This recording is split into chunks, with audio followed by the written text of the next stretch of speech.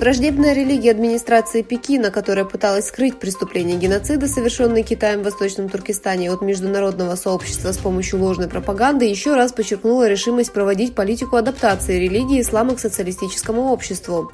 Ма Синьчжуй, синьцзянский секретарь Коммунистической партии Китая в Восточном Туркестане, провел встречу с Ян Фамином, президентом Исламского религиозного общества Китая, и другими авторитетными фигурами для укрепления китаизации религии ислама в Восточном Туркестане.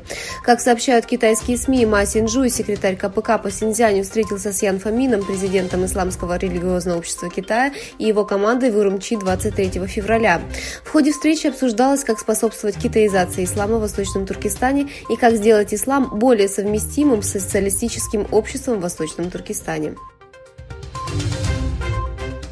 Делегация Международной ассоциации неправительственных организаций Восточного Туркестана отправилась с целью постоянной работы над долгосрочной стратегией в Малайзии, которая стала важным фронтом для Восточного Туркестана в исламском мире.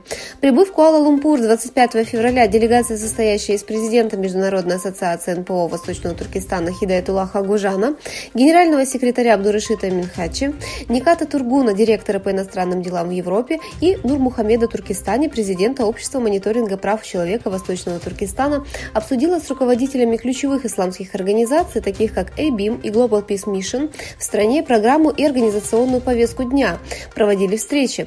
Делегация посетила Международный форум исламофобии, организованный канцелярией премьер-министра 27 февраля, где премьер-министр Малайзии Анвар Ибрагим и министр иностранных дел Замбри встретился с Абдулом Кадиром. Представитель Министерства обороны США Патрик Райдер заявил, что Китай предупрежден о том, что ему не следует оказывать вооруженную поддержку России, но Пентагон не сыграл никакой роли в том, чтобы отговорить Пекин от этого. Вместе с тем Райдер не уточнил, предпримут ли США военные шаги против возможной передачи оружия Китаем.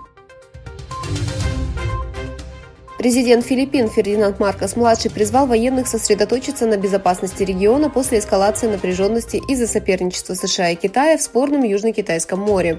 Маркос выступил на церемонии вручения дипломов Военной академии Филиппин в городе Сибу. Постоянный международный арбитражный суд ООН в Гааге в своем решении по заявлению Филиппин в 2016 году постановил, что односторонние требования Китая о суверенитете в Южно-Китайском море являются незаконными. В США администрация президента Джо Байдена активизировала работу над TikTok на том основании, что принадлежащее Китаю приложение для обмена видео может представлять угрозу национальной безопасности.